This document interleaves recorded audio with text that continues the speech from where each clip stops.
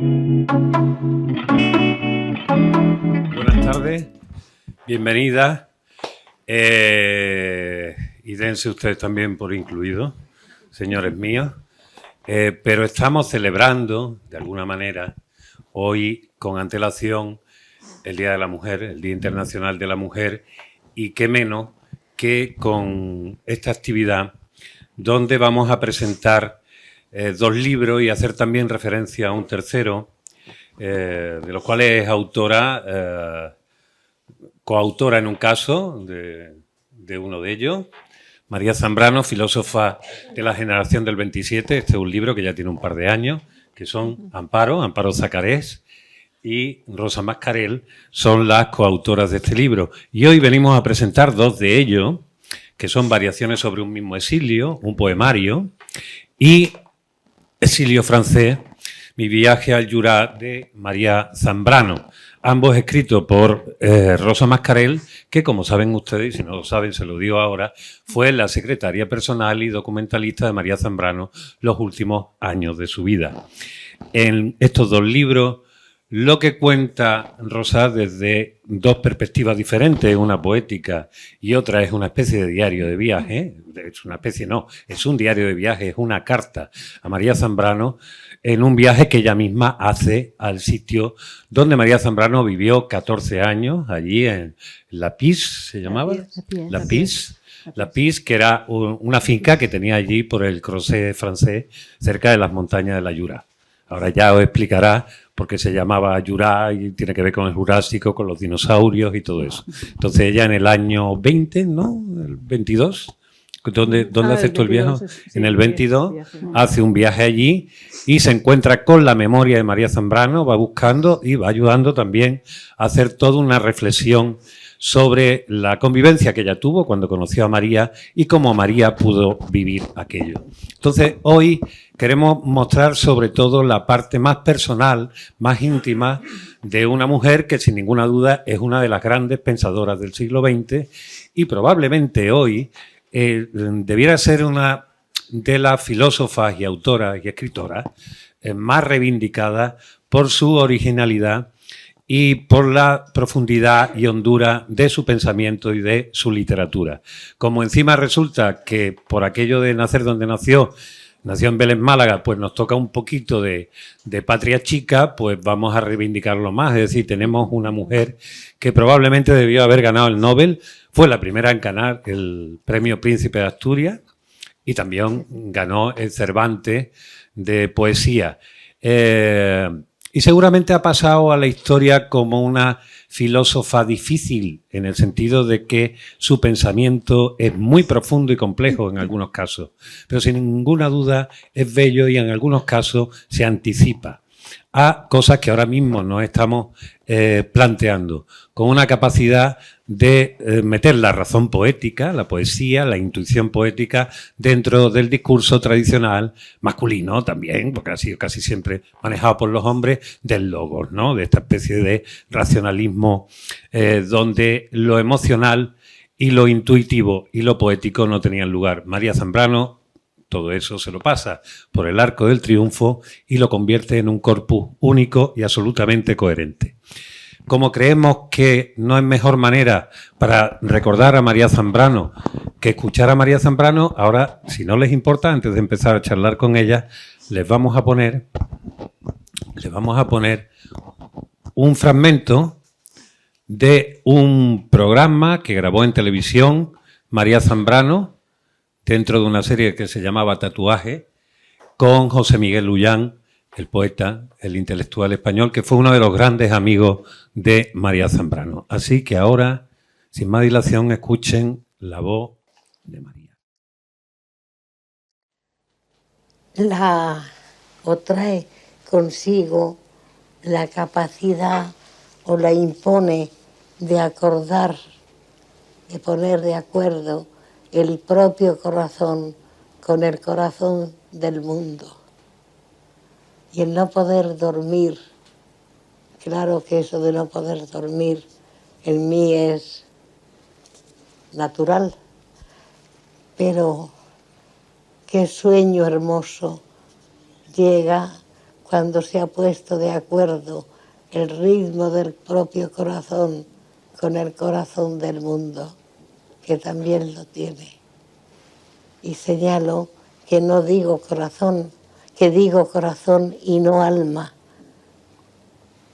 palabra que yo he usado, pero de la que no he abusado, y quizá del corazón haya abusado.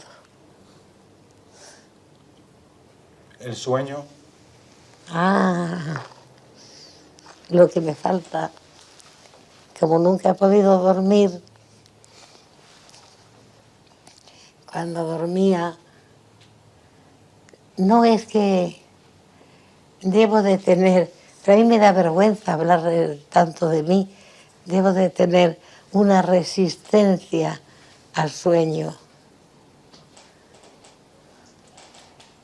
una resistencia, un querer estar en vela siempre, pero en vela esperando a la hora del sueño, del dormir, esperando la llegada o la partida de algo extraordinario o de algo muy común.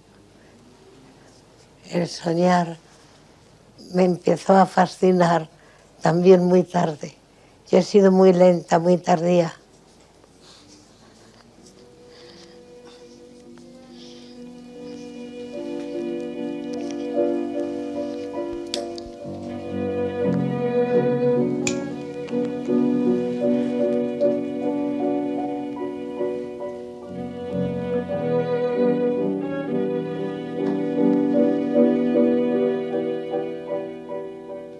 El bosque. El bosque. ¿Dónde comenzaba el bosque? Yo no puedo hablar más que del bosque que he vivido. Comenzaba el bosque cuando comenzaba otro mundo. A veces, llevando acompañada de amigos míos a quienes yo quería mostrar el bosque a los 10 pasos o 10 metros, y eran muy hombres, temblaban y me decían, pero es que tú no tiemblas, pero vuelve la cabeza. Y estábamos a 10 metros o a 20 o a 30 metros del camino, y sin embargo era el bosque. Es una cualidad, es un ser que atrae y alberga una multiplicidad de seres que se sienten, que se huelen y tienen su misterio. A veces, como yo hacía de guía, como es natural, con mis amigos, algunos les ocultaba algunas cosas. Se hace así a una rama y aparece un pradillo lleno, todo lleno de violetas que están allí escondidas. Entonces yo pasaba sin decir ni pío. Había otros lugares donde se abría una rama, 2 o 3, y aparecía una hondonada, toda llena de botones de oro de la flor. No eran secretos, eran misterios, y lo era también el dibujarse de las ramas de los árboles que se entrecruzaban cada año de manera diferente. Yo podía saber ya no lo quiero evocar,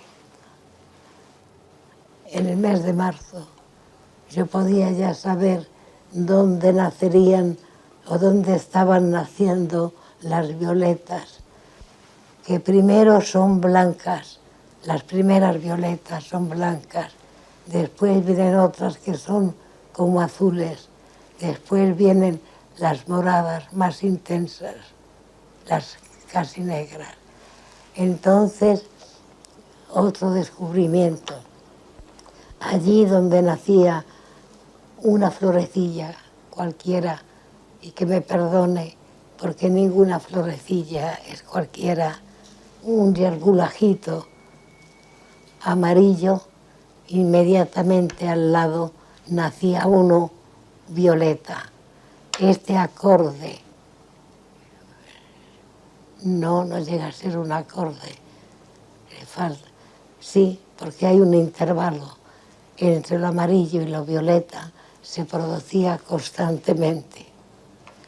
Y otros muchos descubrimientos de que no hay hormigas más que allí donde hay humana habitación, donde se ve un hormiguero y hormigas, y mira que el hombre las trata mal a las hormigas, no importa. Las hormigas son la señal de la presencia del hombre. Y muchas cosas más. Era la vida, el bosque es la vida, y todo puede suceder en él. 86, 87. Lo digo porque está fumando y en el 87 ya fue cuando le prohibieron completamente fumar. Por eso digo que eso tiene que ser en esa fecha. y ya no fumó más. Pero se ponía un cigarro, sí, una boquilla y un cigarro de estos como de mentirijillas para...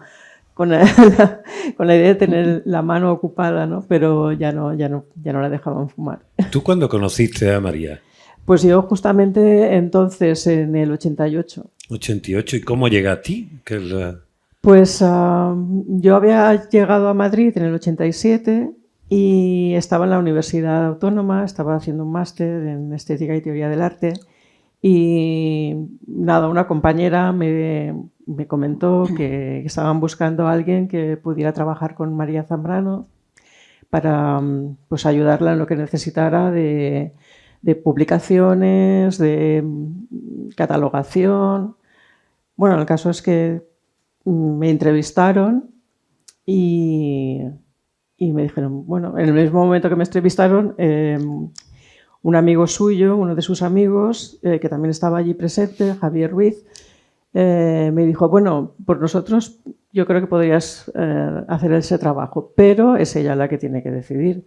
Entonces, desde allí del despacho de Salvador Peña, que era el abogado albacea de María Zambrano, con Javier Ruiz fui a donde vivía María Zambrano, en Antonio Maura 14, y nada, pues la conocí y fue conocerla, cogerme la mano y decirme, o sea, Javier Ruiz habló como que se me conociera toda la vida, pues, bueno, empezó a hablar allí pues, de lo que acabábamos de oír de la entrevista y María simplemente me cogió la mano, me miró y me dijo, ¿puedes venir mañana?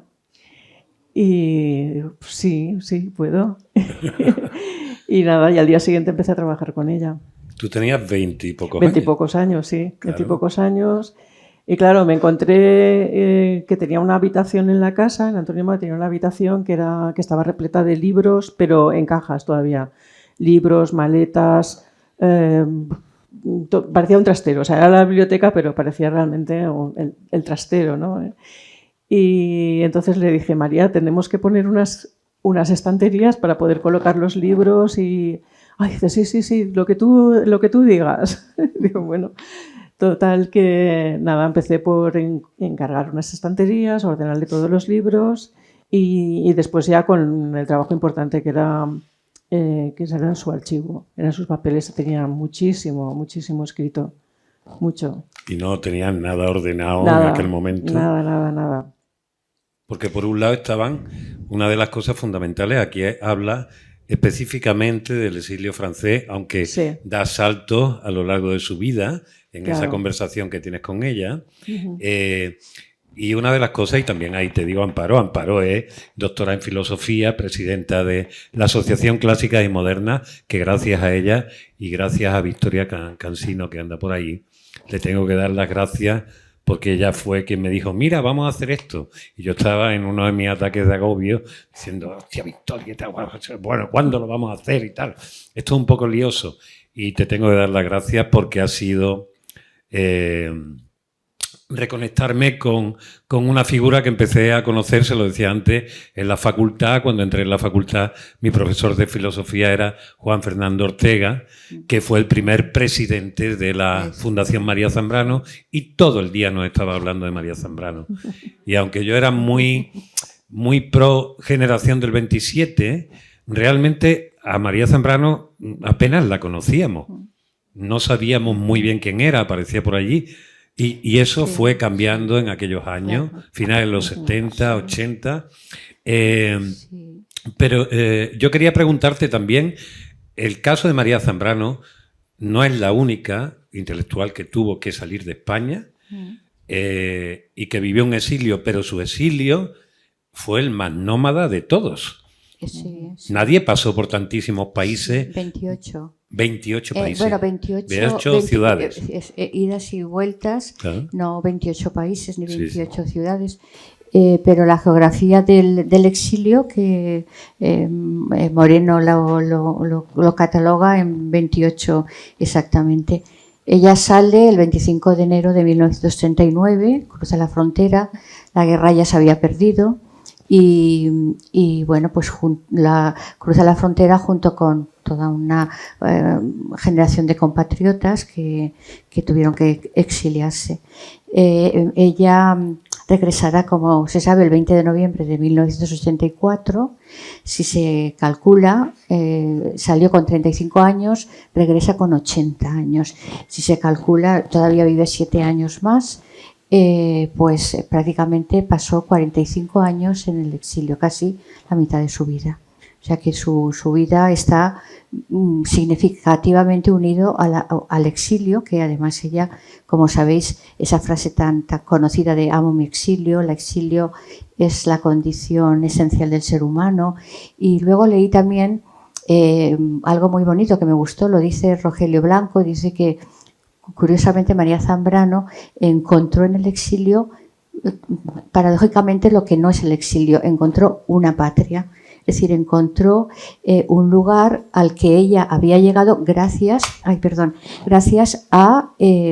la misma experiencia, ¿no? Una experiencia epistémica que tuvo que ver con la razón poética, que tuvo que ver con ese tipo de revelación, ese tipo de saber de la vida que le proporcionó el exilio. Por eso ella amaba su exilio, porque en Los Bienaventurados, que fue un libro además que tú misma, ¿no, Rosa? Lo trabajaste con ella. Ella en Los Bienaventurados dice algo así que el exilio le enfrentó al hecho de no ser nada, no ser nadie, no tener ningún lugar, y que esa experiencia le permitió llegar a la lucidez del discurrir de la vida. Lo que ella decía de padecer, vivir padeciendo, padecer pensando, padecer, porque sus temas fueron los temas esenciales del ser humano, el amor, la muerte, el padecer humano, que eran temas que no entraban, digamos, dentro del discurrir del racionalismo cartesiano al que ella se opuso. Hay una cosa, me gustaría también que cuando quisiera leyéramos algunos párrafos de tu libro. Aquí antes hemos puesto estos fragmentos.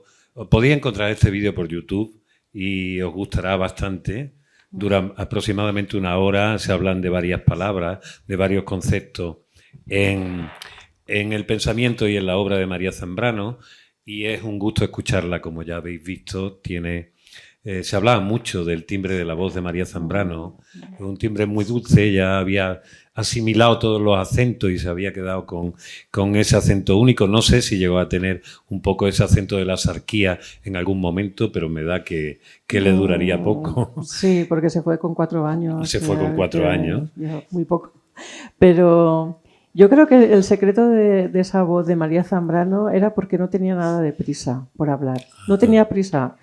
Le hacías una pregunta o estabas hablando y ella se tomaba su tiempo para pensar. Ha salido también un poco en la imagen esos momentos en que está pensando. A lo mejor le habían hecho una pregunta o Ullán le había hecho alguna pregunta y ella pues miraba a lo mejor el techo tal, y después empezaba a hablar. Reflexiona y se le nota. Hay un momento, por ejemplo, en que dice ese acorde, dice No, no es exactamente un acorde. Bueno, sí, porque hay unos intervalos. Entonces te das cuenta cómo ella está construyendo ese pensamiento para ser precisa, poéticamente precisa, además. María Zambrano da la sensación de que era un ejemplo de una palabra que yo creo que entonces no se utilizaba, porque de uso más, que era la resiliencia, ¿no? Es decir, cómo en ese exilio francés precisamente está viviendo con su hermana, Araceli, que muere allí, ¿no? Muere allí. Ahora cuentas un poco, porque tú estuviste buscando las tumbas que ya no existían de Araceli, y también con su... con Mariano Tomero. Mariano Romero. Tomero. Que era... que estaba discapacitado también. Sí. Es decir, que era... Y ella no era tampoco una mujer de su casa tal y como tú cuentas. Absoluto. Ella era una mujer de libros y de poco hacer, aunque se refiere algunas veces a esta cosa de fregar, y tú haces alguna humorada diciendo, María fregando no me la imagino mucho. No, ella misma lo decía, que para eso dependía de su hermana.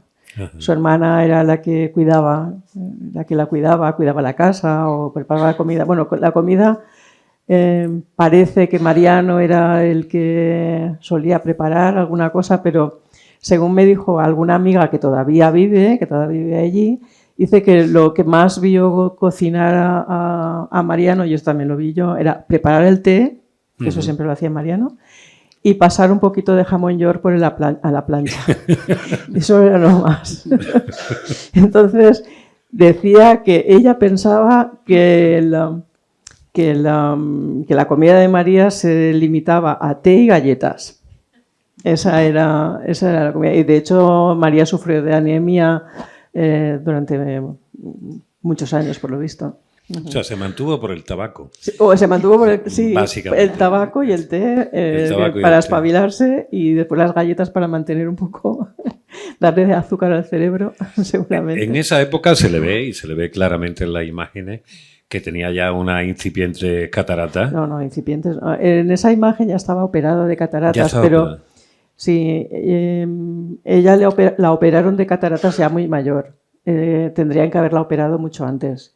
Entonces, claro, cuando la operaron ya no había nada que hacer. O sea, sí, la operaron y seguramente recuperó un poquito de visión, pero no lo suficiente. Ya no podía escribir cuando tú la conoces. No podía escribir, ¿Qué no podía hace, leer. dicta? ¿Cómo? ¿Ella dicta, entonces? Lo que yo trabajé con ella más que nada era para ordenar, leerle cosas y decir, pues mira, esto corresponde a tal, o sea, preparar libros para la publicación, los bienaventurados. Cuando yo llegué estaba trabajando para publicación Delirio y Destino, que es el libro que había salido en ese momento, ya fue la revisión final, pero después trabajamos los bienaventurados, Los sueños y el tiempo, recogimos documentación para algunos lugares de la poesía, algunos lugares de la pintura. Y entonces, como tenía tantos pedidos de libros que ya tenía escritos, porque cuando ella murió todavía quedaban muchos inéditos, cosas que se han ido publicando poco a poco, pero había muchos libros inéditos.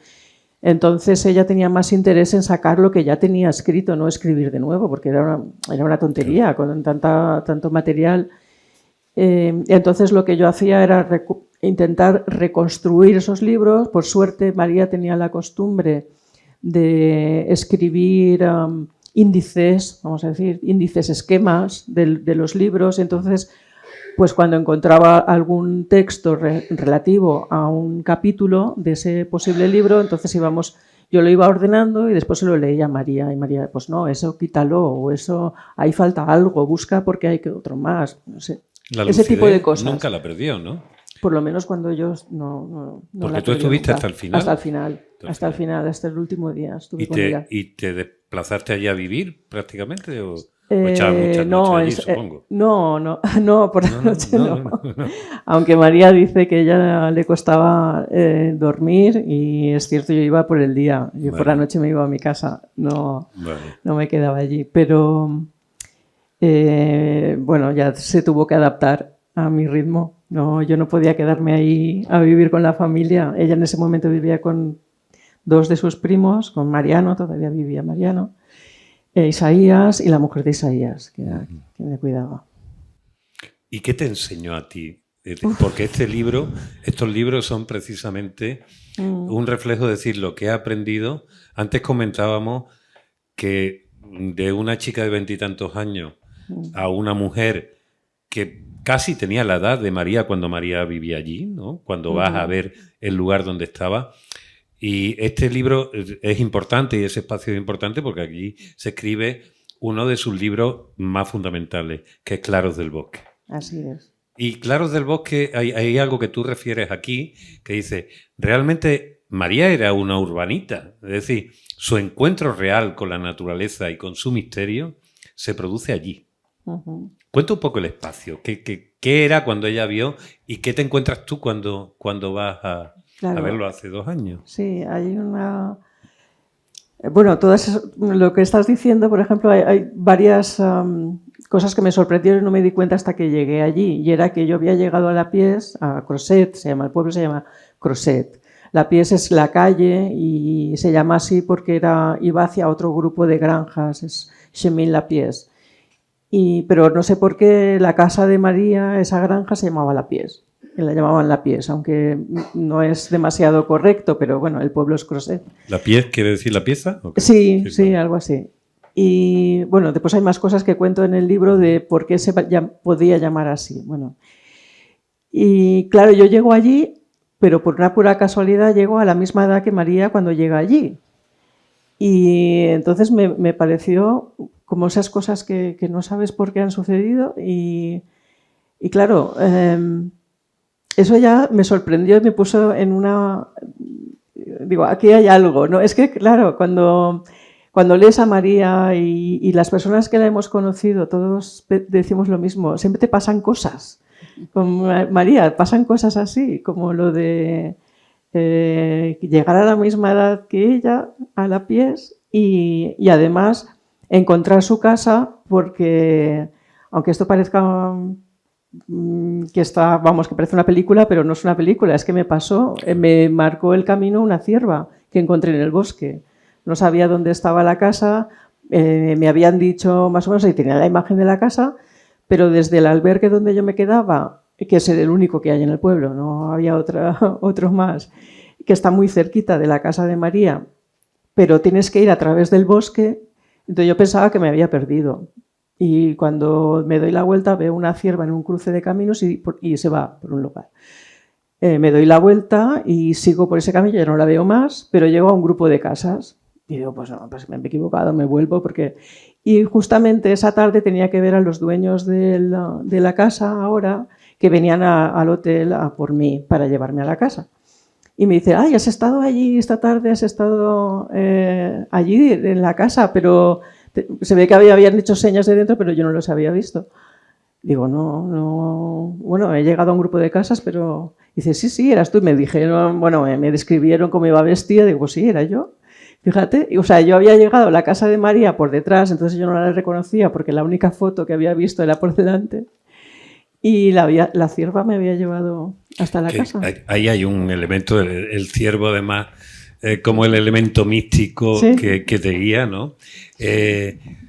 Probablemente si María viviera ahora se le diría casi que sería como una especie de chamana, porque ella vivía casi entre 2 mundos, ¿no? Y tú también que has estudiado muchísimo a María, tenía ese espacio peculiar entre la vigilia y el sueño, no se sabe si por no poder dormir mucho. Sí, ella fue una mujer insomne, ella misma lo reconoce y además es curiosamente la luz que ella reclama, ¿no? Para poder ver en la oscuridad en la que estamos todos y todas, ¿no? Es esa luz de la auroral que ella habla, que es la de los inicios del día, de ese renacer continuo de la vida que ella reclama, y además lo reclama como la visión que te permite entender dónde estamos. Frente a esa, por ejemplo, luz de la salida de la caverna de Platón, que es una luz deslumbrante que no te deja ver, o por ejemplo como la luz clara y distinta a las solas luces de la razón de Descartes, que fue... Yo, al hilo de lo que estaba diciendo Rosa un poco, pues veníamos también hablando y recordaba que los continuos, digamos, homenajes que últimamente acaba de recibir María Zambrano. El año pasado se cumplieron los 40 años de la vuelta del exilio y bueno, y fechas también con su natalicio, etcétera, etcétera. En 2022 llega también Rosa, y me llamó mucho la atención que una placa que se coloca precisamente en la casa donde ella vivió, que a instancias de las autoridades locales y de la Fundación María Zambrano, que fue el 14 de octubre de 2022, pues tiene la siguiente leyenda, que creo que tiene su porqué, ¿no? Y pues pone María Zambrano, filósofa y escritora. Eso también, en ese orden también, filósofa y escritora. 1964-1978 en La Pies. Aquí escribió Claros del Bosque. Claro. O sea que eso indica lo significativo, la trascendencia que tuvo ese libro para ella, y sobre todo que, como se sabe, fue el libro también que le dio mayor popularidad en aquel momento que en 1977, cuando se publica, pues la pone en el mapa de una pensadora dentro de ese pensamiento español en el exilio. Porque ella, como tal, también lo veníamos hablando, ella tiene una manera de escribir, le importa tanto lo que dice como lo dice. Claro. Y entonces, en ese sentido, le ha precedido la fama de escritora antes que la de filósofa, hasta que evidentemente ha habido una reivindicación. Nosotras hemos participado en ello, de reclamarla como filósofa. Y el libro que escribimos en conjunto... Este libro que tienen ustedes aquí, sí. Este está ya, ahora mismo casi no se encuentra, se ha agotado. Estarán esperando una siguiente edición, sí, y aquí tenemos unos cuantos. Así que aprovecho también para hacer el momento que aquí tenemos a Pilar Guerrero, presidenta de Proteo, que vea que el muchacho en el que ella confió. También les pido a ustedes que se gasten los dineros para que los libros continúen. Es palabra maravillosa y destilada la que hay en estos 3 libros. Una pregunta te quería hacer con respecto a eso, a ambas. ¿En qué momento María Zambrano empieza? Cuando tú estudias filosofía, por ejemplo, nada de María Zambrano. No, pero es que más, y también que tú creo que has sido tú que has nombrado a Juan Fernando Ortega Muñoz, claro, que fue el primer director de la Fundación. Sí. Él cuenta en la revista Antígona, en el número 1, que es la revista de la Fundación María Zambrano, él cuenta cómo cuando quiso crear una fundación sobre María Zambrano, le dijeron: pero ¿tú a dónde vas si las mujeres nunca han hecho filosofía? Eso lo cuenta él, ¿no? Y entonces, ¿cómo le costó reivindicar que María Zambrano era una filósofa original y con un pensamiento vigente que nos interpela en estos momentos en los que hay tanta desolación y falta tanta piedad? Porque ella no hablaba de empatía, ella hablaba de piedad, de saber colocarte en el lugar del otro y de generar comunidad y saber que hay que marchar juntos en el sentido de cambiar, ¿no? De cambiar y de mejorar. Pero esta desafección que hay, esta frialdad, esta ausencia de amor, ¿no? Creo que en el mismo, ella lo dice, ¿no? El amor, porque ella hablaba de las razones del corazón, hablaba de... Pascal fue uno de sus filósofos. El corazón tiene razones que la razón no entiende, y bueno, ella fue una pensadora muy muy original que nos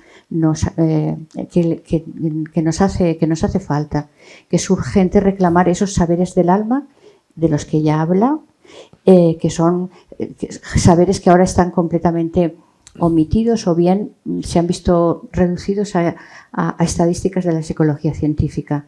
Nosotros, la ciencia no responde a los problemas que tienen que ver con nuestros naufragios, nuestras vulnerabilidades, nuestras contingencias, ¿no? La ciencia enmudece ante eso, o te da respuestas que es, como en filosofía llamamos, una versión objetivista de la realidad.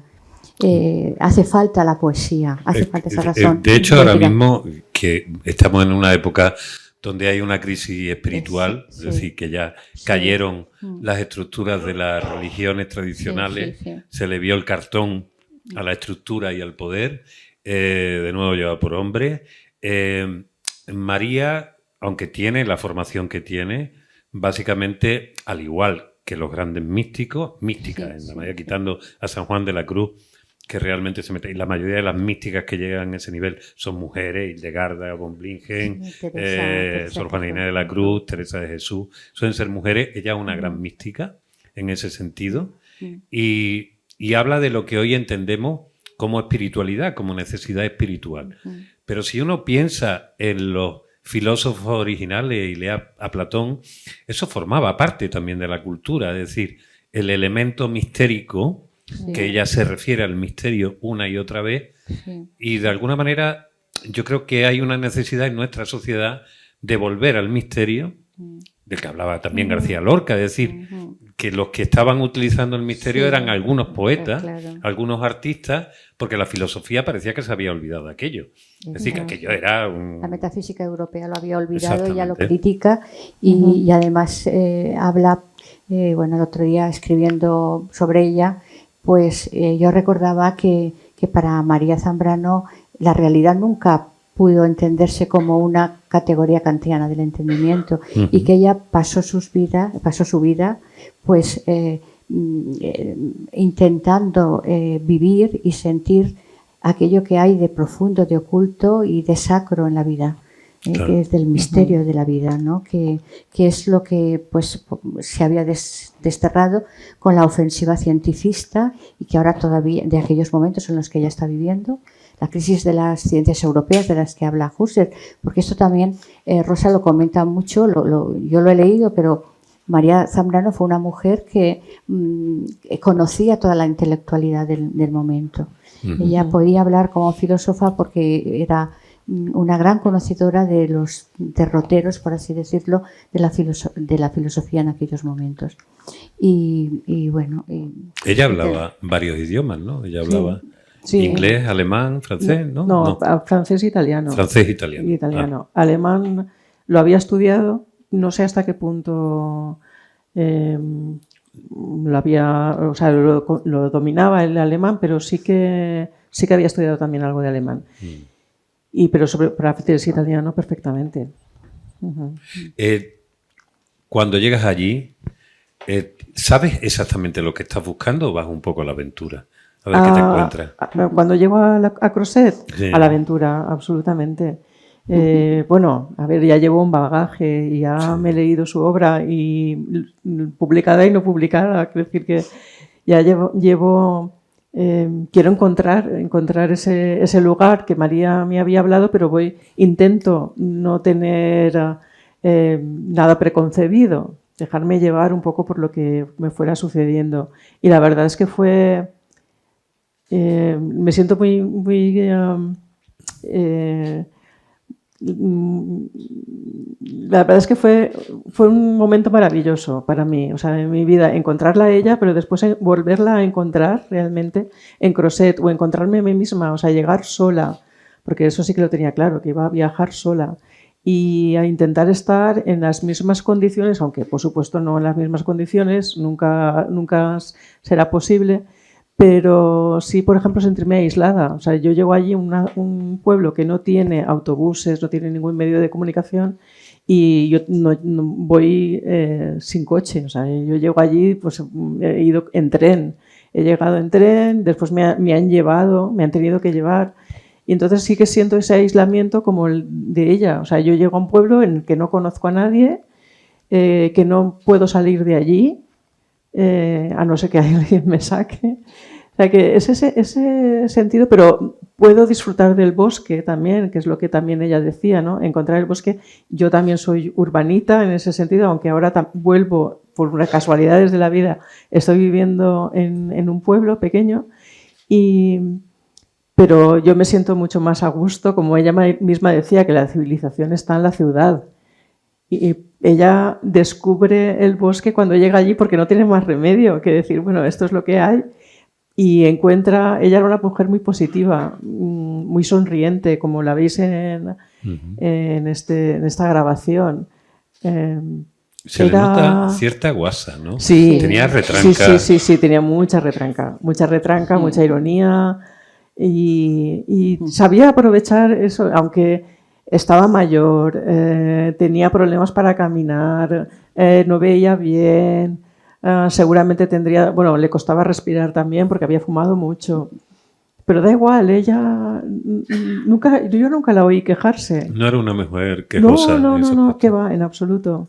No, era de verdad para mí una mujer encantadora. O sea, ya me gustaría a mí estar en esa situación, o sea, de mayor, con esos impedimentos y mantener esa ironía y ese gusto por la vida. Oye, y en algún momento, siendo tú una muchacha joven, entiendo entonces, llena de vida, entrando, saliendo, ¿tuviste confidencia y ella te dijo algo así como, hija, cuéntame, ¿estás saliendo con alguien? ¿Tienes Sí, ¿no? claro. Uy, sí. Llegaba los lunes, a ver, ¿y este fin de semana qué has hecho? No sé qué, bueno, claro. Sí, ella le encantaba.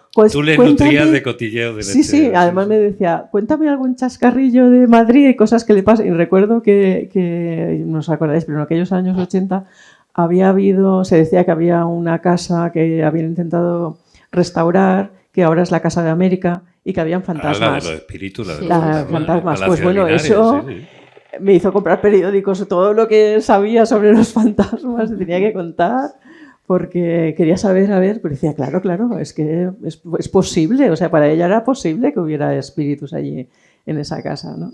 Y buscando qué historia había detrás, bueno, la historia de dos hermanos que no sabían, bueno, una película. Y por ejemplo, bueno, pues cuando veía alguna película, si era algo interesante, pues me pedía que le contara más. Cayó el muro de Berlín, eso también Eso lo relatas muchísimo. Ahí, que ella vio clarísimamente lo que iba a suceder. Sí, a mí me sorprende porque cuando lo recuerdo, porque ella cuando cayó el muro de Berlín pensó que iba a ser una catástrofe, que iba a haber una catástrofe en el sentido que ha habido, o sea, económica, claro. y que se ha vuelto a rearmar esos dos bloques. Y ella lo vio. Dice, eso va a ser como un revival del capitalismo y va a haber un conflicto económico. Y sí, efectivamente. ¿Y qué relación tenía con la economía? Porque ella, en el momento, ella toma una decisión en su vida, que tú lo recuerdas aquí, sí. Que una mujer casada le dice a su marido, vente conmigo, y ella dice, no, pero me quedo con mi hermana, que es la que me necesita, y a la vez se necesitaban mutuamente. Había ahí una simbiosis más allá de lo práctico. Uh-huh. Y decide quedarse con su hermana y, por lo tanto, renunciar a todos sus privilegios de señora de burguesa. Sí. Cosa que el marido no le sentó nada bien. O sea, el marido, cuentas aquí que en su época ya estaba hasta las narices que le preguntaran por María Zambrano. Él se sintió como despechado y abandonado por nada, ¿no? Por lo que él consideraba que no tenía importancia. Pero es una decisión de alguien o bien que no le importa mucho lo material o bien que sabe que de todas maneras siempre habrá algo que provea. Sí, la verdad es que en eso ella tenía mucha esperanza. Cuando ella hablaba de la esperanza, ella pensaba que no pensaba en lo material, eso es verdad.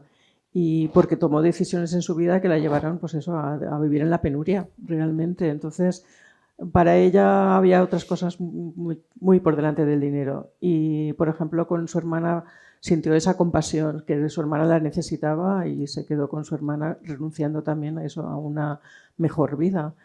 Y la verdad es que hay muchas anécdotas respecto a esa falta de pensar en el dinero, práctico, de comer galletas y eso, porque compraba, me decía una amiga de las que todavía viven, decía cuando pedía cosas a los amigos que le llevaran los fines de semana, lo que pedía era sardinillas en aceite y en tomate para los gatos. Eso sí, porque ella, gatos decía, siempre. En lugar de pedir, yo qué sé, pues tráeme un jamón, tráeme comida, tráeme carne, tráeme no sé qué.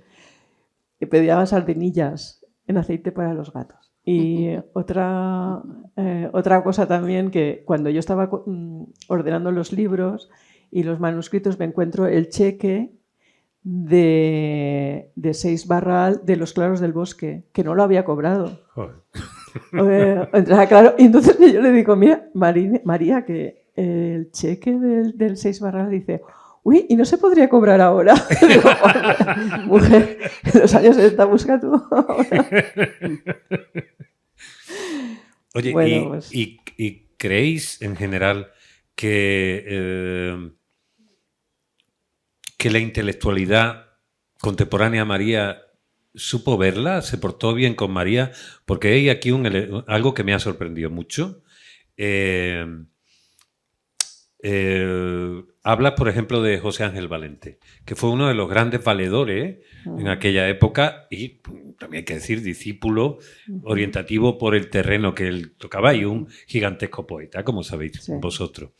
Y teóricamente fue el amigo que más le ayudó, pero tú aquí dices, cuidado que Valente no era todo trigo limpio y había ahí una parte oscura en... Más que no fuera trigo limpio, yo creo que, a ver, empecemos diciendo que Valente es un gran escritor, un gran poeta. Sin un gran ninguna poeta. Duda, sí. Eso no se lo quita a nadie. Pero hablando con personas bueno, yo también lo conocí, pero bueno, de una forma un poco más marginal. Y era una persona que una vez tomaba una decisión sobre alguien, diciendo no, era no. Y entonces cuando rompió con María Zambrano, ya, o sea, en el momento que rompe con María Zambrano ya es para siempre. ¿Y por qué rompe con María Zambrano?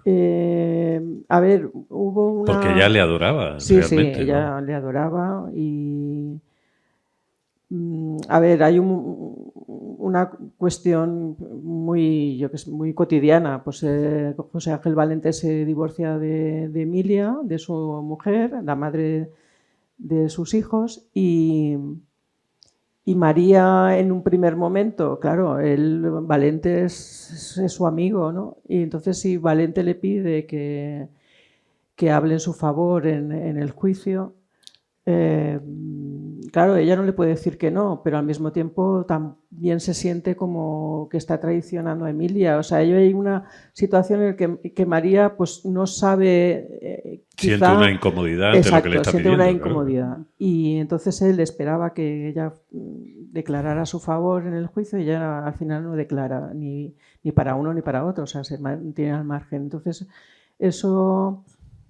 pues claro, se siente traicionado José Ángel Valente, con razón o sin razón, quiero decir, yo ahí no entro, pero ya no, o sea, rompe la relación definitivamente con María. Y entonces yo lo que sí que viví fue el momento en el que muere el hijo de Valente.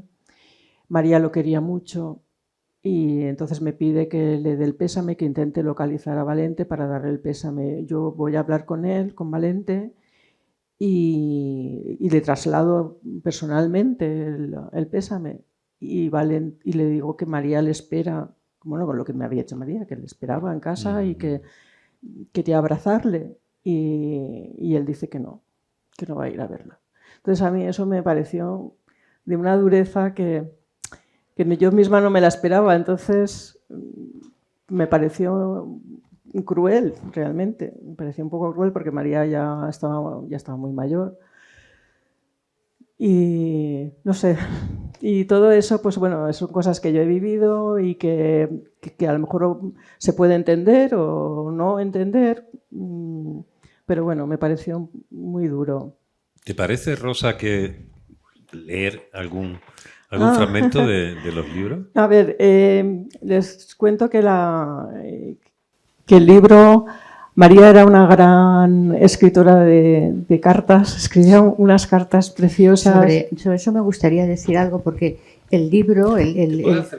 perdón, que me gustaría decir algo porque este libro tiene ese carácter epistolar que caracterizó a María Zambrano, porque María Zambrano tuvo siempre ese afán de comunicabilidad, que como no podía personalmente, puesto que por la misma situación en la que se encontraba, pues escribía muchísimas cartas y se conservan. Además, epistolarios muy interesantes, desde el que escribe con Elena Croce, con Reina Rivas, José Bergamín, Ramón Gaya, Alfons Roig, del último epistolario Rosa lo coordina, ¿no? Son libros muy interesantes porque las cartas está lo más íntimo, lo más profundo de una pensadora. Son cartas que, a mi entender, no solamente tienen valor literario, sino una hondura existencial muy, muy grande, ¿no? Y entonces, por eso, el hecho de, cuando leí este libro, no lo he leído del todo porque no me ha dado tiempo, pero sí que el estilo con el que está escrito, que es epistolar, reproduce de alguna manera como era María Zambrano, es decir, como si Rosa hubiera heredado parte de, digamos, esa manera de habitar el mundo, comunicándose con ella y a través de ella con los demás. Porque eso que habéis dicho, parece ser que María puede dar a entender que María Zambrano era una mujer pues doliente, melancólica, cuando ella, yo también lo recuerdo muchas veces, ella lo tiene escrito, lo ha dejado escrito Rosa, que ella era una gran conversadora, era una mujer con un deje de ironía, era una mujer atenta, muy observadora, bueno, lo habéis visto. Entonces, reivindicar eso y cómo eso además queda plasmado en la necesidad humana de comunicar, ¿no? De comunicarse con las amistades y con las personas que para ella eran interlocutores o interlocutoras válidas, es muy importante. Entonces, este libro, que entra dentro del género epistolar, se lee de una manera muy ágil, y muy cercana, y yo creo que es realmente una de las características a destacar, ¿no? Y aparte el hecho de que Rosa tiene ese plus de haber sido la documentalista y la secretaria de María Zambrano. Y fue tu alumna, además, que antes me la has contado. Sí, o sea, que todo esto son círculos, claro, que círculos zambranianos, sí. Porque nosotros nos conocimos, pues sería en el 82, 83. Al poco ella fue a Madrid y es cuando conoce a María Zambrano. Nos conocemos, éramos muy jóvenes las dos. Ella es mucho más joven que yo, pero bueno, más joven, pero bueno, yo era muy joven, yo creo que tenía 26 o 27 años en la Universidad de Valencia y ella estuvo en unos seminarios de filosofía que yo daba, que yo impartía. Luego la vida tiene sus derroteros, ya no nos volvimos a ver hasta pasados años. Luego nos volvimos a encontrar y ahí es cuando, pues hablando y yo le decía, ¿no? Ese reencuentro le decía que era muy importante que ella escribiera todas las vivencias que ha tenido, que tuvo con María Zambrano. Y de hecho, cuando hablo con ella no hay día, bueno, es una manera exagerada de decir, pero no deja de sorprenderme pequeños detalles que claro que ella sabe de primera mano, porque es que los años que pasó con María Zambrano, ella puede dar un testimonio que otras personas que escriben sobre María Zambrano, como yo misma, que yo no tengo con esa inmediatez que ella lo tuvo. O sea que esto creo que es un valor añadido al libro que ella presenta del exilio francés. Aparte de la manera como escribe, que también, claro, también tiene absolutamente. Hay que decir que tú eres artista plástica, eres pintora, bueno, sí, esta obra también pero eres también escritora. Eso se nota mucho, la presencia. Aparte, esta obra es mía. Sí. Esta es tuya, vale. Sí, esta obra es mía y la puse aquí porque, bueno, es muy zambraniana también, ¿no? El mundo de la oscuridad, de la luz, y además esta planta es una planta que delante de su casa en Crozet está llena, es la cicuta, y entonces como... no sé, me pareció que tenía que ser la portada del libro. Y si queréis puedo leeros cómo empiezo a hablarle a María, y os leo un fragmento cortito. La memoria es selectiva y traicionera. Momentos de gravedad se dulcifican con el paso de los años y los gozos se quedan en una leve sonrisa, como la tuya de entonces que yo recuerdo ahora. Persisten las ruinas que quedan tras una separación que puede ser tan intensa en la vida humana como en la de los continentes fragmentándose sin tregua y reuniéndose al fin sin encajar. Nuestra vida dura un santiamén comparada con el tiempo de la tierra, pero es un instante apasionado, comparando con el inexorable transcurrir del universo. Yo, como tú entonces, también estoy hecha una ruina, pero de momento sobrevivo. No encuentro mejor manera de establecer una conexión contigo que narrarte mi reiterado viaje al Jura, en el que, como me sucede con tus escritos, cada vez que vuelvo me encuentro con algo que me había pasado desapercibido y que tiene la facultad de cambiar mi perspectiva de conjunto, por lo que esto es el cuento de nunca acabar. Igual que en la vida, volver nunca es posible.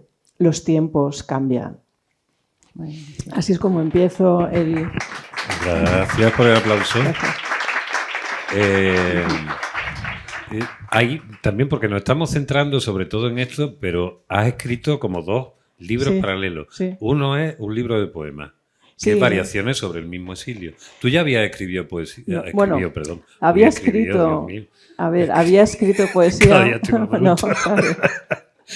Habías escrito. Había escrito poesía, pero nunca había publicado. Vale. O sea, la mayor parte de cosas que he escrito de poesía desde que era muy joven, nunca me atreví a publicar. Y este libro necesitaba publicarlo al mismo tiempo que estaba tomando notas y escribiendo en cuadernos. Yo escribo en cuadernos y después ya lo pasé al ordenador. Me salió, de verdad, me salía la poesía. Y tenía otro cuadernillo en el que iba escribiendo la poesía. Y el orden, es que además el orden de los poemas es el orden tal como fueron surgiendo. Y digo, es que no hace falta tocar nada, o sea, lo dejé tal cual. Bueno, siempre hay algún poema que a lo mejor retiras, pero es lo que escribí. Después las imágenes del libro son de Mouriño, Juan Manuel Mouriño, que hizo un documental sobre María Zambrano allí en La Pies y se titula el método de los claros. Exacto. Sí. Y me dio el permiso para tomar algunos de los fotogramas y entonces hay fotografías que todas son de allí también, de La Pies. Hay una que está, incluso es desde dentro de la ventana donde ella, eso es hoy, o sea, esa ventana es tal cual está hoy, pero es la ventana desde la que ella miraba mientras estaba escribiendo. Ella escribía por la noche, no sé si vería mucho, sería la luna o las estrellas, pero es la ventana donde ella tenía su mesa de escritura. Y bueno, todas las fotos son de ese documental, pero me parecieron como que tenían una poesía especial y entonces son las que he utilizado.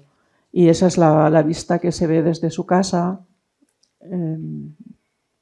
Y realmente es... no sé, se ha mantenido, es el único espacio que realmente se mantiene tal como ella lo conoció, aunque ahora hay alguna casa más, se ve alguna casa pero delante de la casa no han construido, que eso está muy bien, se mantiene. Y lo que me pareció también muy curioso es que en Crosset no conocían, la primera con que conecté fue con la bibliotecaria, porque estaba la biblioteca abierta, fui a ver si había algún libro de María, y no la conocían, no conocían a María Zambrano. Hablé con la alcaldesa y entre la alcaldesa, las bibliotecarias y yo misma, que les facilité algunas cosas, imágenes, se ha preparado, o sea, hay ya de forma permanente un rincón María Zambrano con fotografías, libros dentro de la biblioteca. Y con libros en francés, en otras lenguas, porque es una comunidad de gente, la que hay ahora, es una comunidad de gente que trabaja en Ginebra y de muchos países ahora diferentes. Es una ciudad dormitorio. Es una ciudad dormitorio, prácticamente. Está a 14 kilómetros de Ginebra, ¿no? Sí. Cuenta también esto de... es Jura, yo creía que era Jura. El Jura, esto, sí, los que no en francés... nos tiramos el rollo. No, en francés dirías el Jura, sí. Jura. Jura. Esa relación se llama así porque... ¿El Jurásico? Por el Jurásico. Sí. Claro, y eso lo dijo... a ver, el libro Exilio francés lo hago precisamente con la definición de lo que quiere decir Jurásico. Jurásico. El nombre viene del monte Jura, o Jura, en los Alpes, donde se identificaron las rocas características del sistema. El Jurásico fue el periodo intermedio del Mesozoico, la era de los dinosaurios, y cuando el supercontinente Pangea inició su separación. por eso después cuando le hablo a María hablo de los continentes y del tiempo de la Tierra y el nuestro, ¿no? Y otra cosa de cómo hay cosas, o sea, frases que te llevan el hilo. El poemario empezó realmente con una cita de María, que yo empecé con esa cita en mi cuaderno. Me gusta poner alguna cita que te inspira. Y esta cita es la que me llevó a escribir este poemario. Cuando todo intento de existir se ha desvanecido sin dejar rastro y lo que queda se consume sin humo, ya no se puede ser más que feliz. Eso es de María Zambrano, no es mío, ¿eh? Es María Zambrano. Pero me pareció... Sí, aplaudan. Sí, aplaudimos a María, porque lo mereces. Una de las cosas que estábamos hablando antes, mientras se nos fue el tiempo al cielo a los Zambrano, era en qué medida hoy María Zambrano hubiera sido seguramente mejor entendida que antes, porque María Zambrano tiene una facilidad.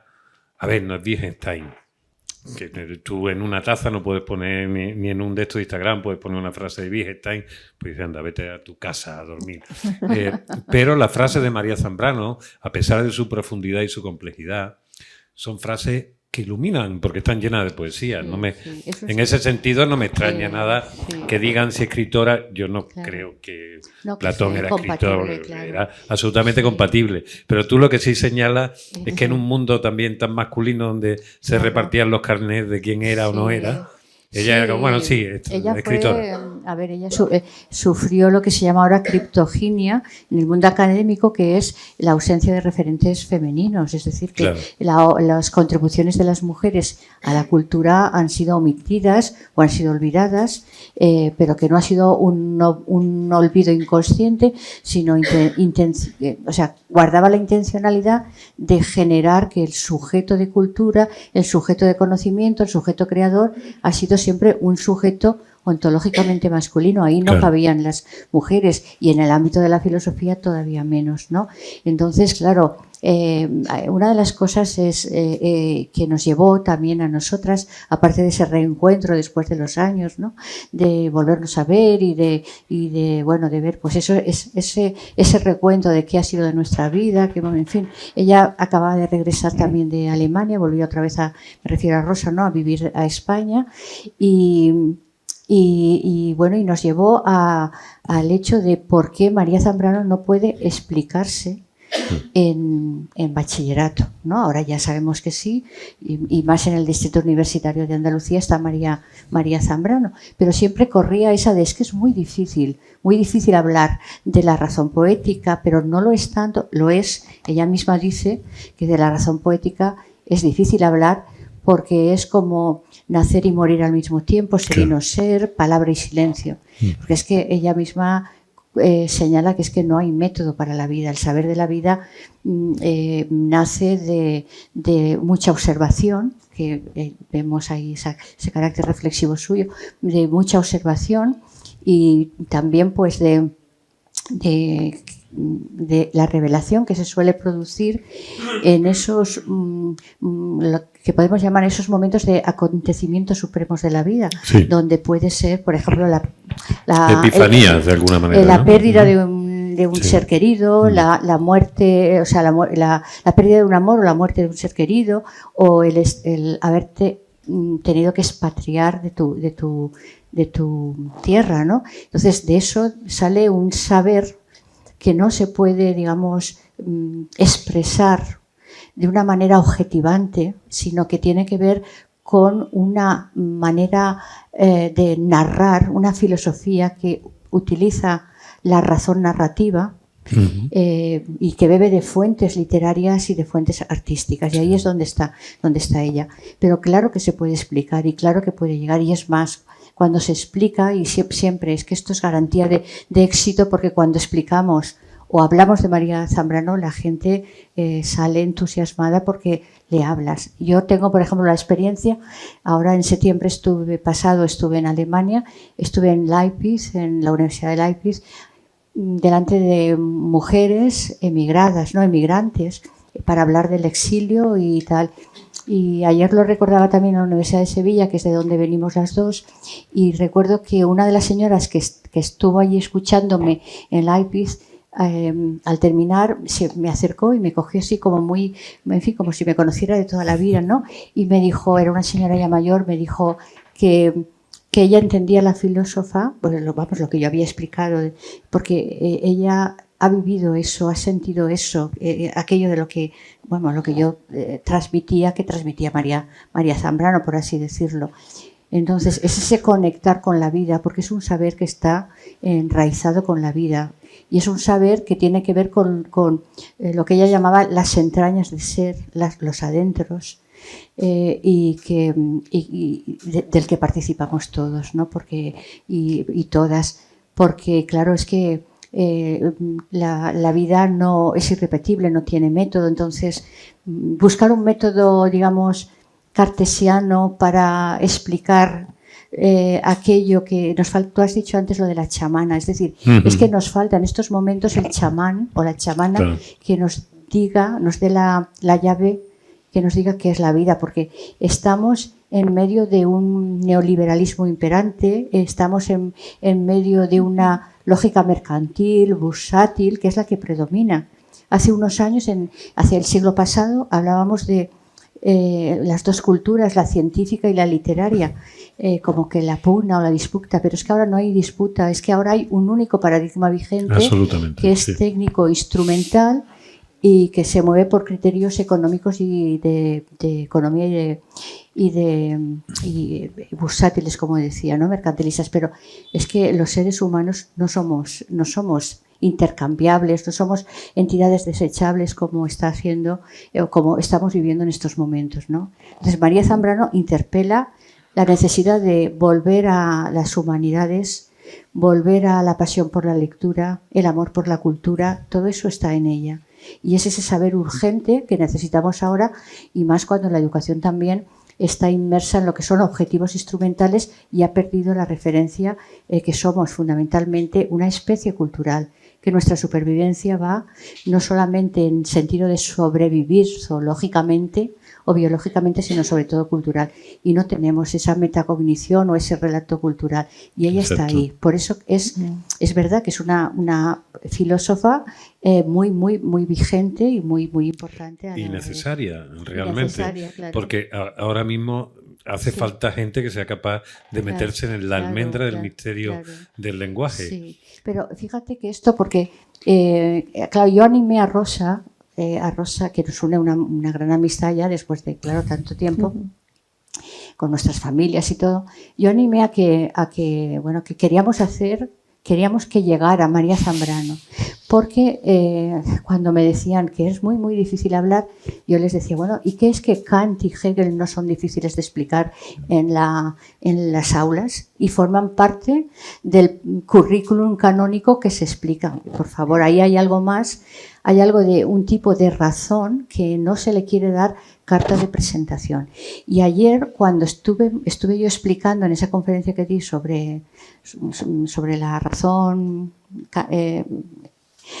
poética, pasé una diapositiva, o sea, una imagen que ella, porque ella es pintora también, es artista, es poeta, es pintora también, y María Zambrano decía que su pintura reflejaba su pensamiento, el pensamiento de María, o era de las que más, la pintura que más se acercaba o casi se acercaba del todo a lo que ella había querido decir, ¿no?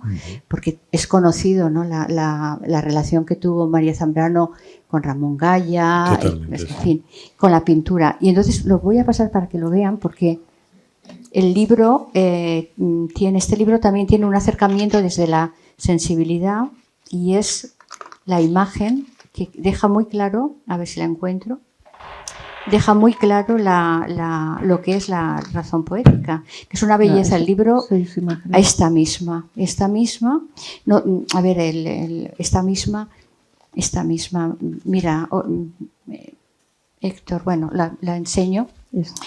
Son varias líneas, dos paralelas y otra que se bifurca. Es una manera de expresar cómo ella, lo que ella llamaba los delirios poéticos, delirio poético, el delirar. Ella hace delirar a sus heroínas, ¿no? Que son Diotima, que son Eloísa y Antígona. Pero delirar no quiere decir salirte de los cauces de la razón. No divagar, sino lo que ella quería decir es que se salía de los cauces del racionalismo, es decir, ella hablaba de otro tipo de razón que está enraizada en la sensibilidad, en la ensoñación, en la creatividad, y que es razón, no es lo otro de la razón, no es la sinrazón.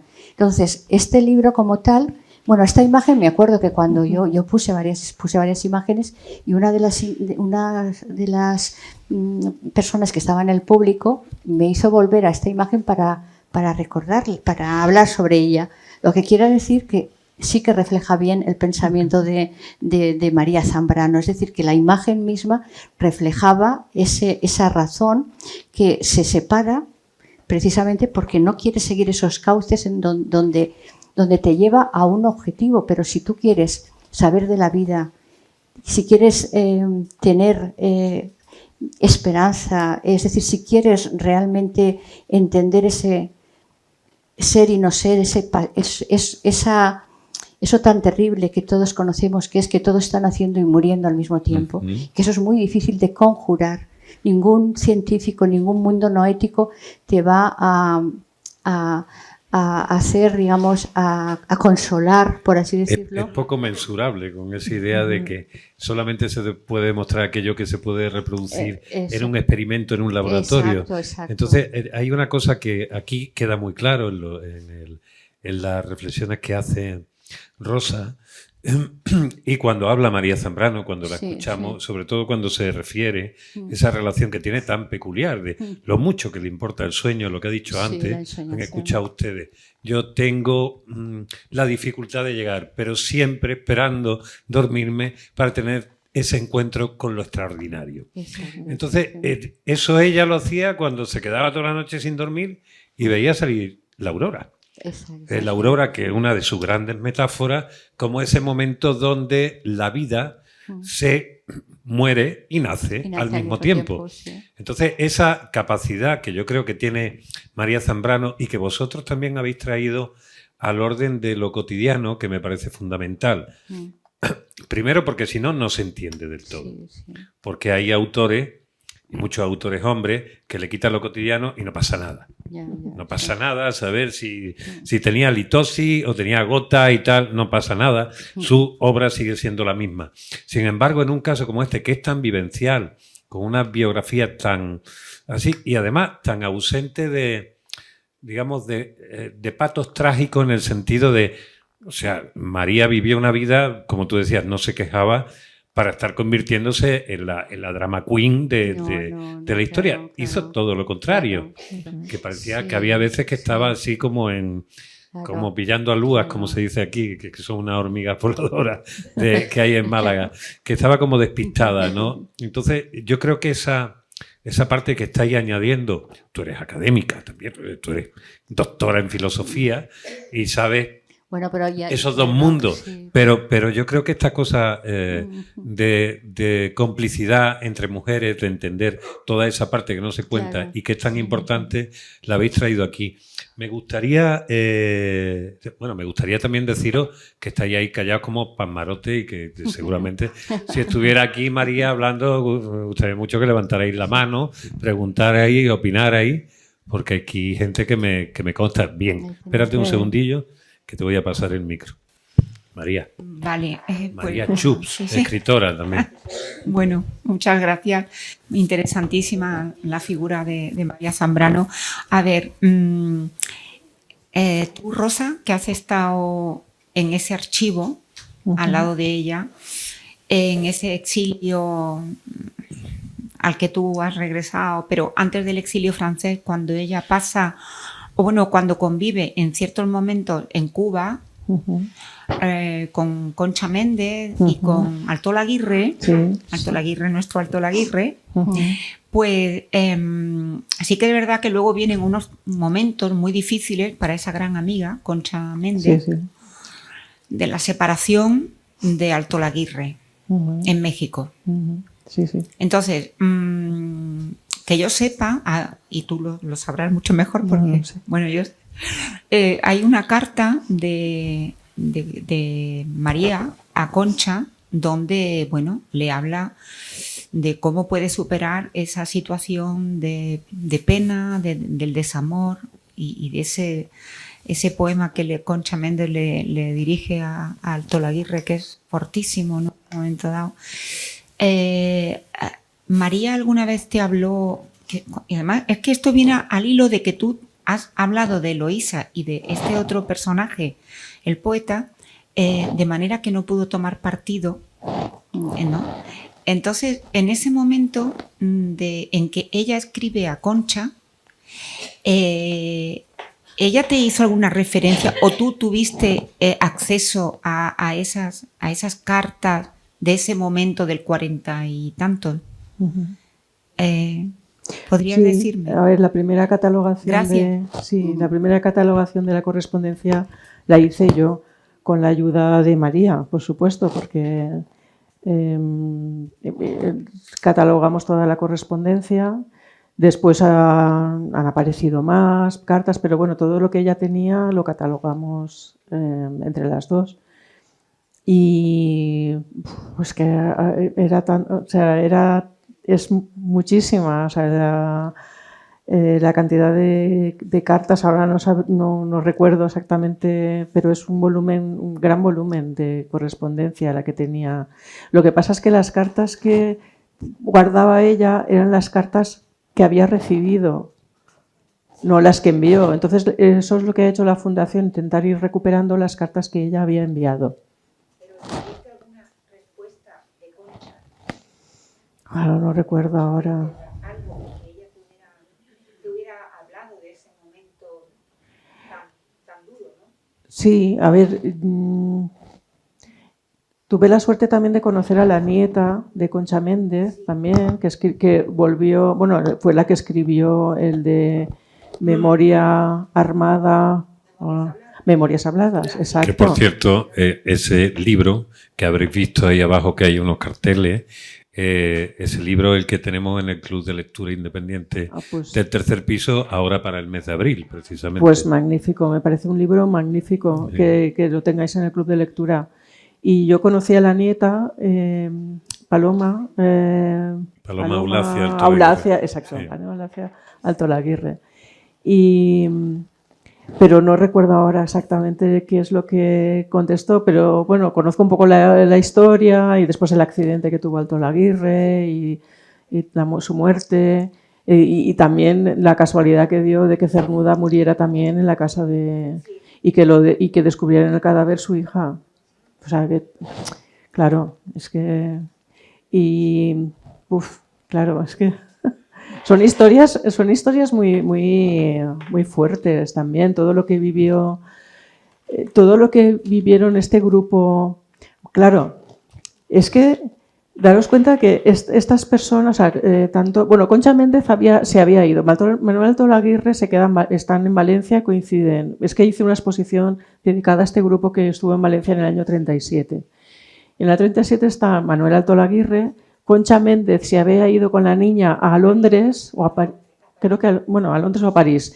Se había ido, no estaba allí. Y justamente, de todas las cosas que recogí, en ese momento hay bombardeos que también salen en el libro, porque no desconocemos mucho de la historia reciente. Entonces, por ejemplo, yo que he vivido en Valencia, no sabía que Valencia había sido bombardeada hasta ese punto. Y, por ejemplo, donde estaba viviendo en Valencia, Altolaguirre, es bombardeado y se queda la mitad de la casa donde estaba la cuna de la nena. La bomba había caído encima de esa... Bueno, que todavía se me pone la carne de gallina. Lo que hubiera podido pasar si Concha Méndez no se llega a ir con la niña, se hubiera muerto allí, en Valencia, en el bombardeo. Entonces, tanto Altolaguirre como Emilio Prados, como Gil Albert, ellos, todos los que estaban en Hora de España, que es la revista que se publica allí en Valencia, salen al exilio y no salen al exilio. O sea, María sale al exilio, tiene la suerte de cruzar eso, pero ellos se quedan en el campo de concentración de Argelès-sur-Mer. Entonces, todos los de Hora de España están en un campo de concentración y los saca México, el gobierno mexicano los saca de allí. Y tengo un poema dedicado aquí precisamente para recordar un poco a aquella situación. El que más la sufrió fue Emilio Prados.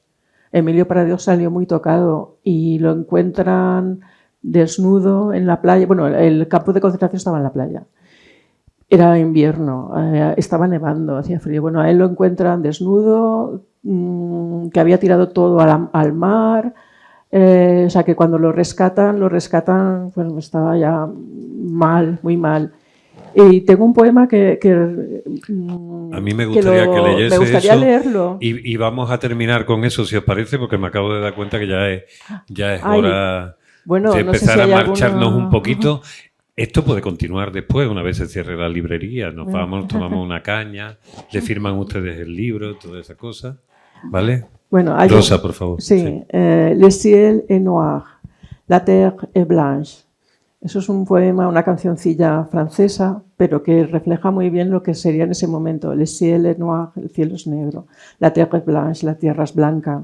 Era un campo de concentración donde había nevado. Bueno.